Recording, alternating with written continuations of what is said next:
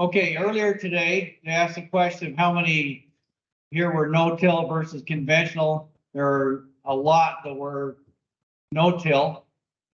And a lot of what I'm going to talk about is going to be directed toward no-till. However, for those of you in conventional till, do not go to sleep because this will affect you as well. Just maybe in a little different way. I've got a lot to cover. I've got less than 30 minutes. I'm mostly going to only have time to cover kochia, but this kochia thing is a big deal. In fact, once I saw the results in our greenhouse, the next day I sat in my chair and thought to myself, what in the heck am I going to say now? Okay, so this is unfortunately a familiar sight the last few years. The last several years, we've had a lot of dry conditions, and kochia thrives in dry conditions. For the last couple of years, we've attributed poor control of kochia to drought stress. But there were some signs out there that maybe it wasn't completely drought stress alone. I want to back up though. Some of you with gray hair like me will remember our group 2 herbicides, the old Glean and Ally, used to control kochia decades ago, but they don't anymore. And we don't rely on Express Harmony, Affinity, Raptor to control kochia anymore because they become resistant.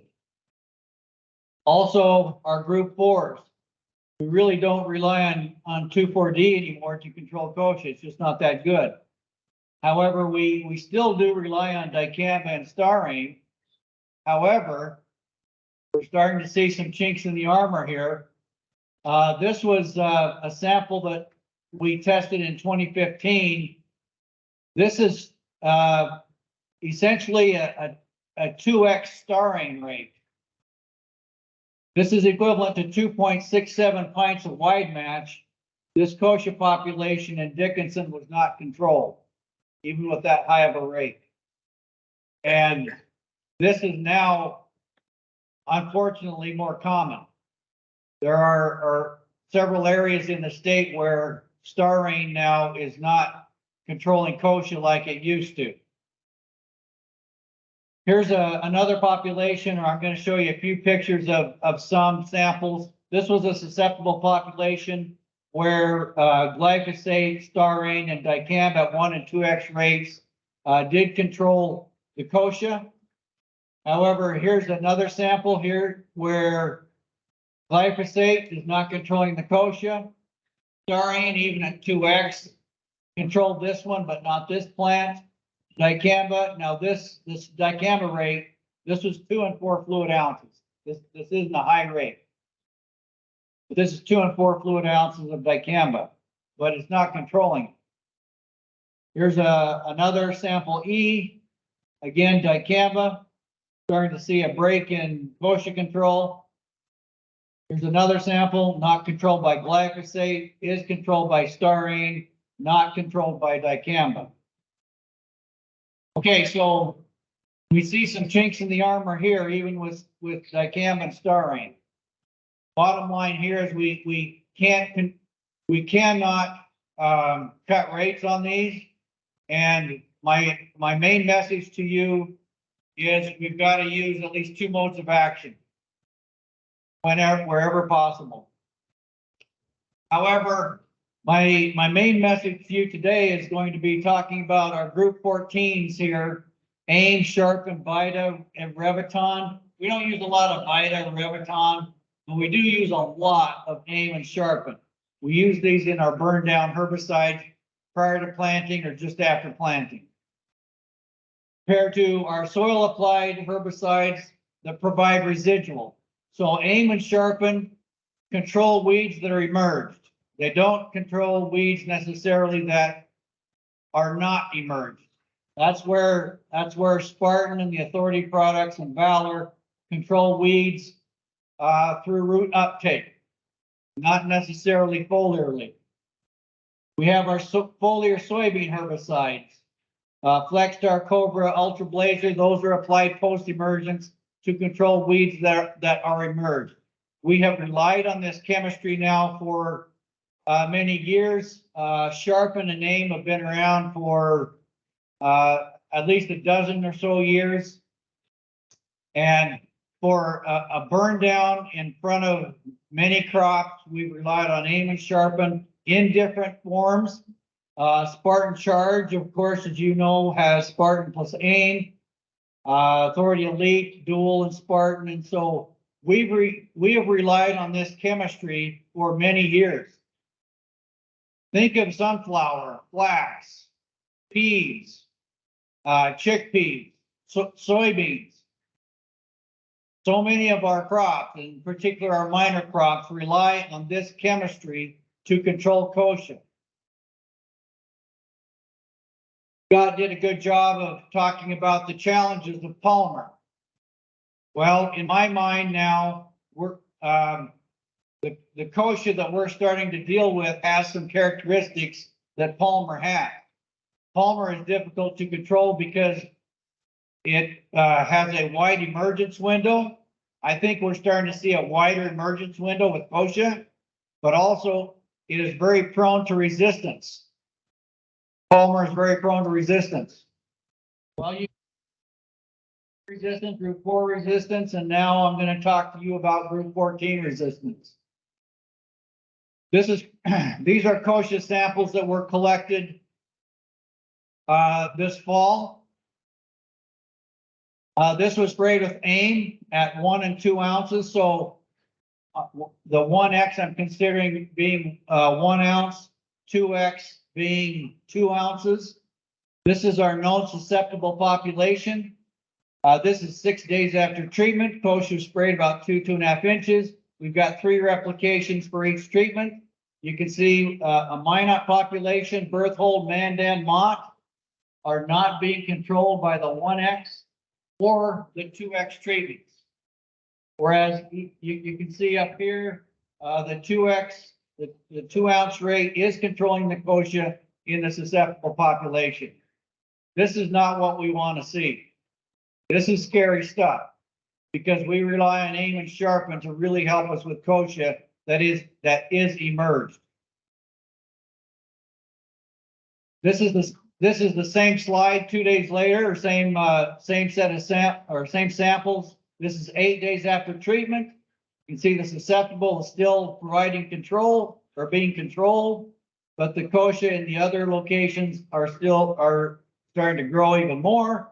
And then the next slide is going to be 5 days later. Boom. Okay. So this is what we're dealing with. And as you can see, this isn't just one location. This is across the entire western part of the state.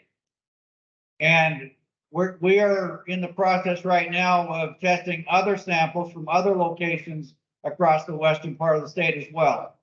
And if it is this far spread now, it's probably in many more locations already. And I will tell you that it is in Canada as well. I had a weed scientist call me before I sent this out, and they've got it in Canada as well. Okay, what about Sharpen? So similar setup with Sharpen. We've got our susceptible here, sprayed Sharpen 1 and 2 ounces of AMS and MSO 6 days after treatment.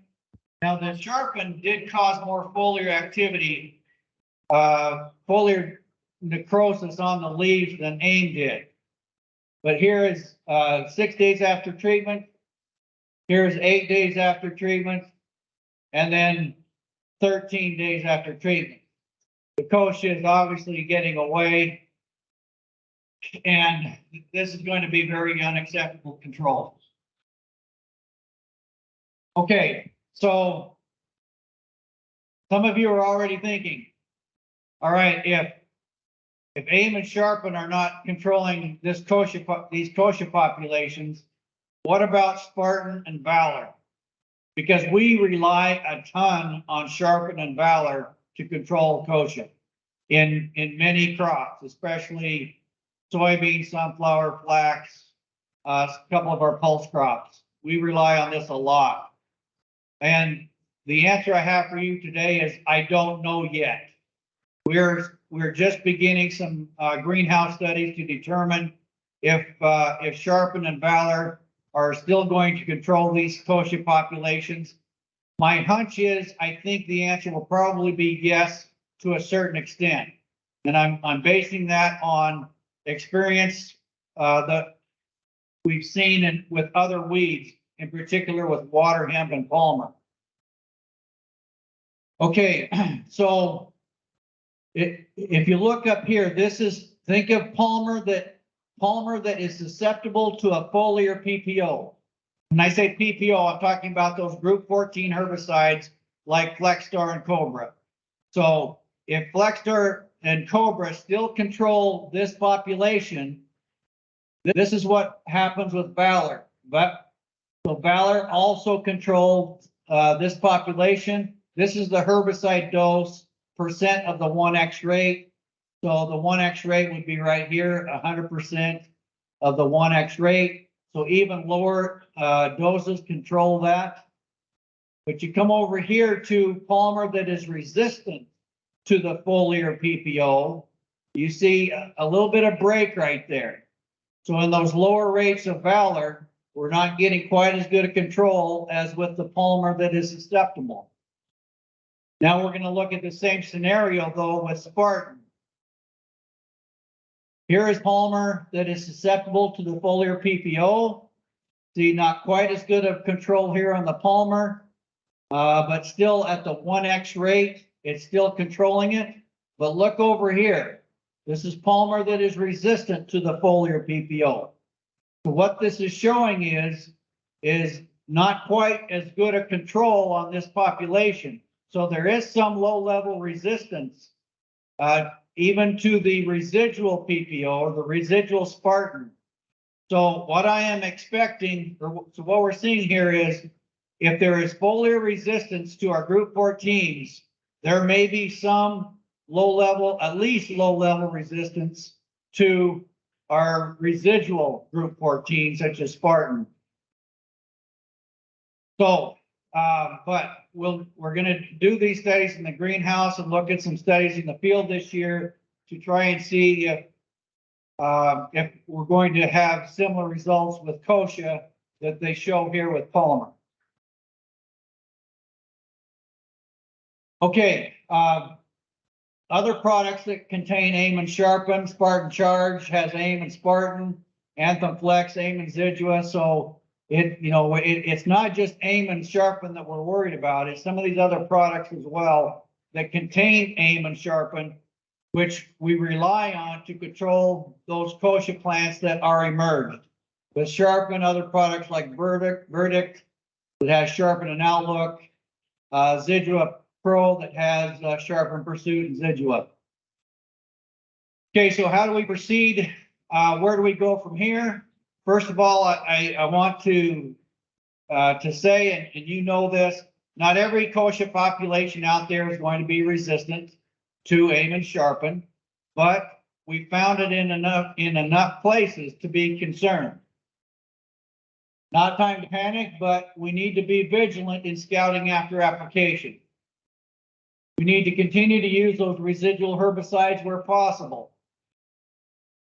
And what I'm suggesting to you is if you're relying on these foliar herbicides, such as AIM and Sharpen, Spartan Charge, whatever product it is, you need to go out to the fields 3 to 5 days after treatment, maybe 7, 10 days after treatment, and be watching to see if those plants are dying or not. Those plants should be dead about 7 days after treatment, depending on the size.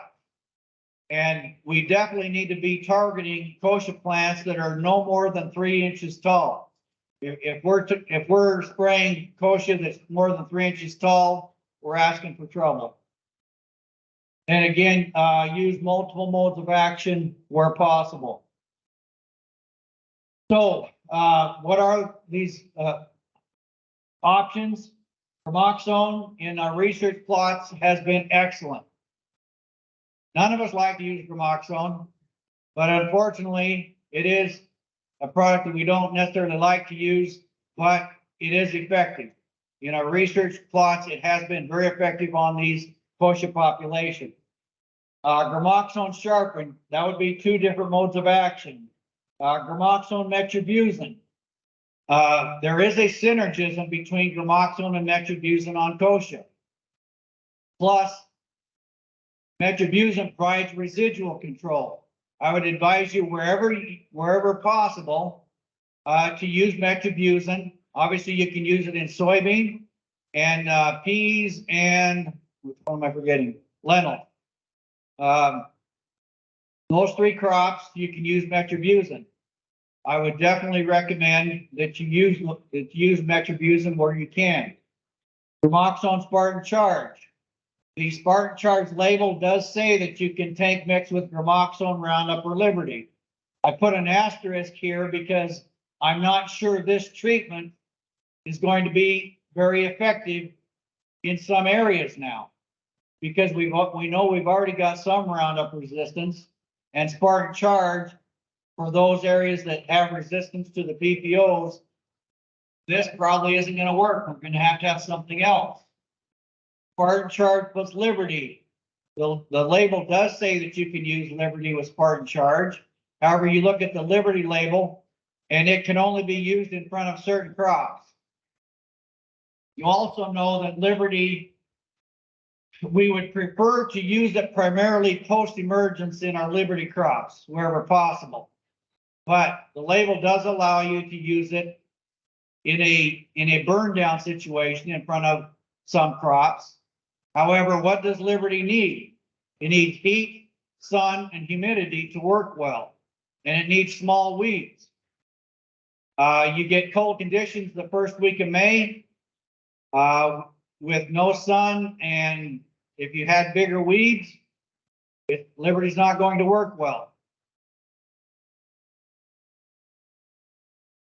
I put an asterisk by sharpening Roundup because we've seen this fail multiple times now. Dicamba can work in some situations. I showed you some scenarios where we do have some kochia populations in the state that are tolerant or somewhat tolerant to dicamba. So we've got to be keeping an eye on that as well. So where possible, target kochia that's 1 to maximum 3 inches. Or if you can have some luck and have some higher temperatures when you're spraying, great. Need good soil moisture, hopefully not drought stressed, sunny. Need rainfall to activate some of those soil active herbicides.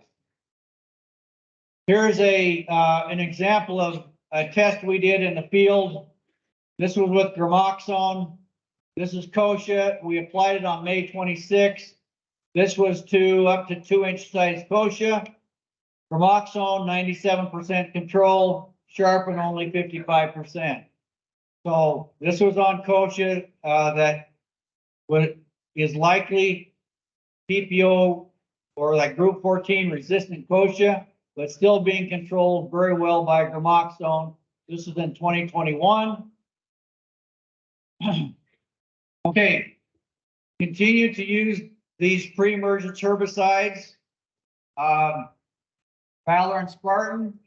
We've seen Spartan be more effective than Valor in the spring. I'll repeat, Spartan and metribuzin, something like an authority MTZ, is generally very effective in the spring, assuming we receive adequate rainfall. Gramoxone metribuzin, we've seen it provide good kochia burn down when the kochia is small. And obviously these are better with warm temps. And I always say there's no silver bullet for 50 degrees. Okay. Other post products that have multiple modes of action. This is primarily for wheat. So in your burn down, I talked about using maybe Gramoxone with a Spartan Charge or a Sharpen. To get 2 modes of action in your burn down. Post-emergence in wheat, you could use something like Husky FX, which has these products.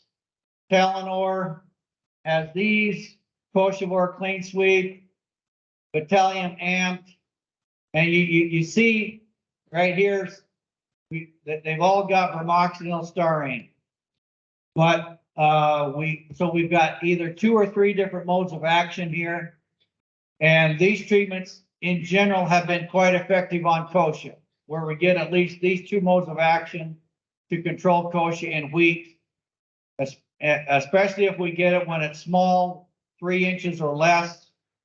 Husky FX, none of these treatments are going to control kochia that's 5-6 inches tall.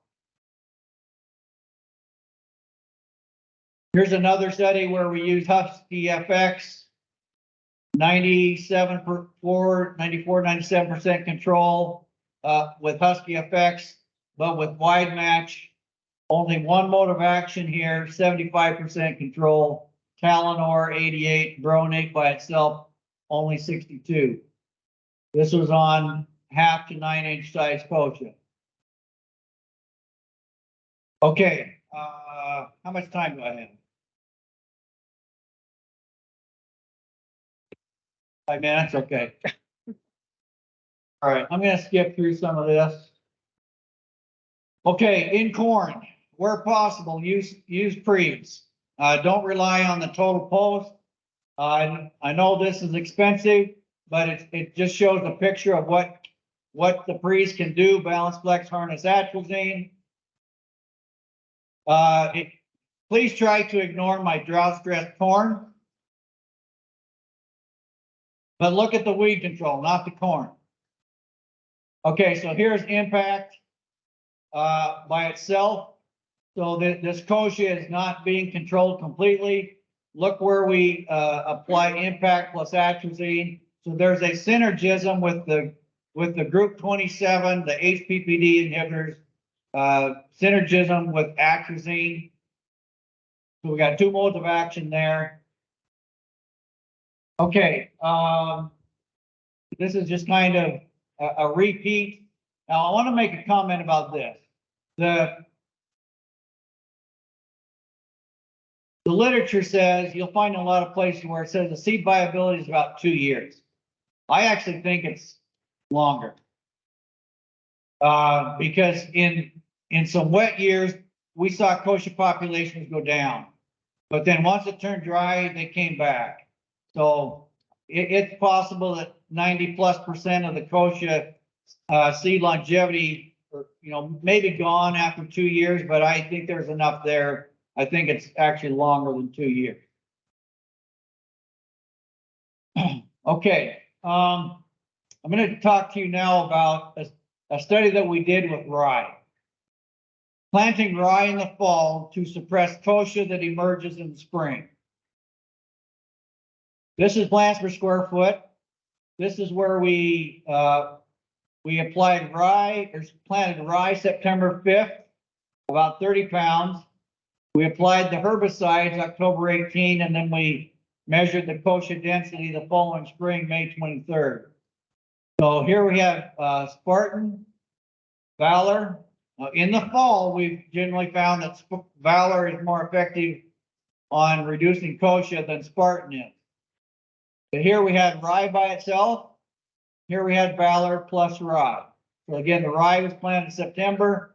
Herbicides were applied October 18. The 2 together reduced the plants per square foot quite a bit.